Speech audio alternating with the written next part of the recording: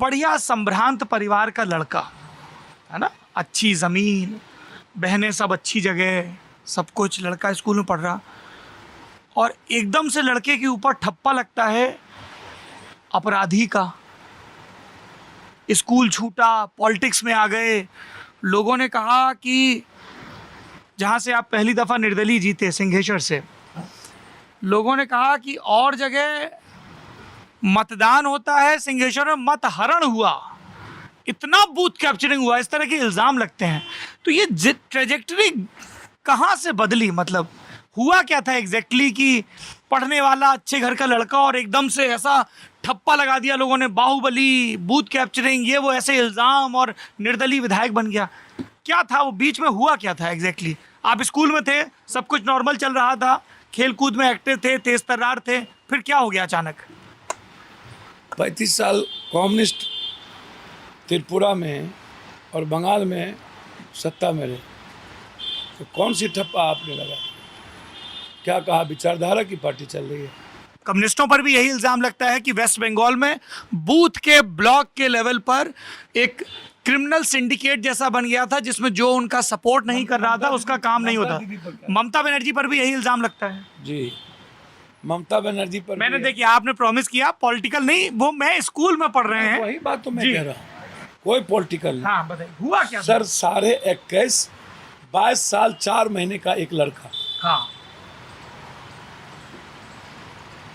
जो in college का president हो, हाँ, पूर्णिया में जिला स्कूल का प्रोडक्ट हो वो लड़का, हाँ,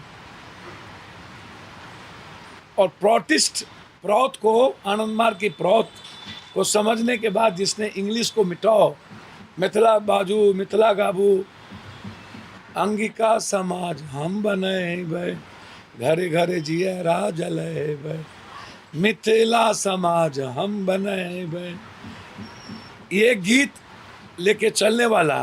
हाँ, रात भर सुधांशु जी, स्पीकर का पोता, हम लोग दोस्त मिलके स्टेशन का इंग्लिश मिटा देते थे, सब जगह का भाषा पर लिखते थे कि अंगिका लिखूं, मिथिला बाजू। और अचानक जब आरक्षण की लड़ाई होती है उसके पहले, और नारा शुरू होता है, ये आरक्षण कहाँ से आई, कर्पूरी की माँ भी आई, फिर जगदेव बाबू का एक संघर्ष आता है और नारा शुरू होता है, अब की बारी भादों में, गोरी कला इकादों में। और उसी वक्त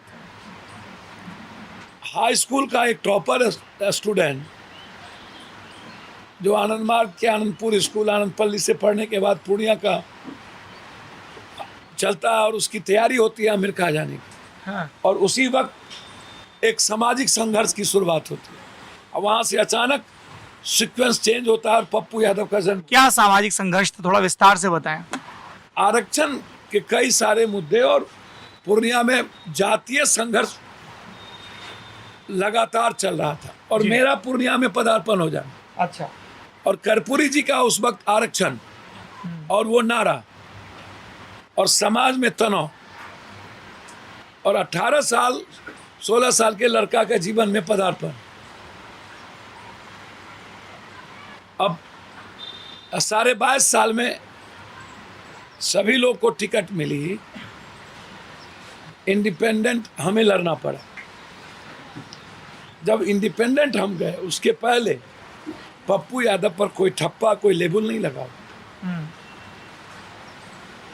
लालू यादव को सीएम बनाने में ही, विपक्ष बनाने में ही हम पर एक आरोप हाउस में लगाए गए थे। क्या आरोप लगा था आप पर? वो क्योंकि मुकाबला था अनूप यादव से और गजेंद्र से। गजेंद्र जी ने, अच्छा, अनुपलाल यादव जी मेरे फूफा हुए, अच्छा, लालू यादव जी विपक्ष के नेता बनना था। हाँ, अब मेरे एक मामा थे डॉक्टर रवि, वो एमएलसी थे, वो चाहते थे लालू यादव बन जाए। हमको उन्होंने कहा, नोनू लालू, हम रहते थे अनुपलाल के यहाँ, मेरा फूफा जी थे, अनुपलाल के यहाँ रहते थे। अब रवि बाबू मामा थे मेरे अपने चाचा की वो साले हैं। ये रवि बाबू जो बाद में वीसी रहे और हाँ, एक बार मधेपुरा से सांसदी भी जीते, फिर इस्तीफा देके शरद जी को लेके आए। हाँ, तो वो मेरे चाचा के अपने साले हैं। हाँ, तो मेरे क्षेत्र से नवल किशोर ऋषिदेव एमएलए थे, हाँ तो उनसे हमने सपोर्ट करा दी। सदन में हंगामा हुआ। केएस द्विवेदी एसपी थे मधेपुरा में, जी, उनसे वायरलेस मंगा लिया गया कि पप्पू यादव जी यहाँ से चल चुके हैं, शिवचंद्र झा, कर्पूरी ठाकुर जो डेथ किए हैं उसमें शिवचंद्र झा की भूमिका है, और पप्पू यादव शिवचंद्र झा के खिलाफ यहाँ से गोलबंदी के लिए उसके खिलाफ लड़ने चल चुके हैं। हाँ वायरलेस है सदन में, वो पूरा बजाबते डॉक्यूमेंट है, मेरे पास डॉक्यूमेंट है। उसमें सूर्यनारायण यादव, मुंशी लाल राय, हिमांशु जी, ये लोग इकट्ठा होके खड़े हुए। हाँ लालू यादव नहीं बने इसके लिए, और एक वोट से लालू यादव बने, तो पहला लेबुल पप्पू यादव पर बाहुबली का आपने उसी दिन लगा दी। हाँ अब जीता जागता पप्पू, उसके पहले स्कूल में झगड़ा, कॉलेज में झगड़ा रगड़ा, स्कूल में ग्रुप में गोली चल जाना, बम फेंक दो पटका वाला, तो कॉलेज में उस ये वक्त सब होता था कॉलेज में। बाप रे बाप। और उसके बाद आप कह रहे हैं कि ये बाहुबली का इमेज, मतलब ये ऐसा लग रहा है जैसे बड़ी नॉर्मल चीज है कि गोली चल गया, बम फेंक दिया। आज भी हाँ सर, आज कॉलेज में नहीं होता है क्या? चेंजें हो गई। कल आप रामपुरी चाकू रखते थे, बिल्कुल होता था। यहाँ पर बरका जूता पहनते थे हम, उसमें चाकू रखते थे आप। अब गजब बात करते हैं। अब तो कॉलेज जाने में हाँ हम रखते थे, मतलब कॉलेज में किताबें बाद में रखो, पहले एक लंबा चाकू, 2-3 बम जेब में, एक तमंचा।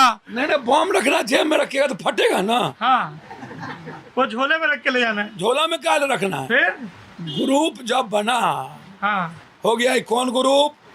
ये भूमिहार ग्रुप, ये जादव ग्रुप, ये राजपूत ग्रुप, ये भूमिहार जादव ग्रुप, ये राजपूत का अलग ग्रुप। आज भी उससे ज्यादा ग्रुप बना हुआ। अब कॉलेज में उस बार झंझट होता था, तो हम अपना माँ का जेवर बेच करके एक तो 3 नट खरीदे, जेवरे बेच दिए रात। कॉलेज में लड़ाई लड़ने के लिए। बोला कि यहाँ पाइपगंज में, अब हमारे घर में तो ढेर लाइसेंसी राइफल बंदूक है। हाँ अब अपने जमीन पर हम भागलपुर जाते थे, दरभंगा आते थे, जिला स्कूल के प्रोडक्ट थे। एक लड़का को दुकानदार मार दिया, जिला स्कूल से 400 साइकिल से हम लोग आके उस लड़के को बचा के ले गए। तो लड़का चला गया, हम धरा गए।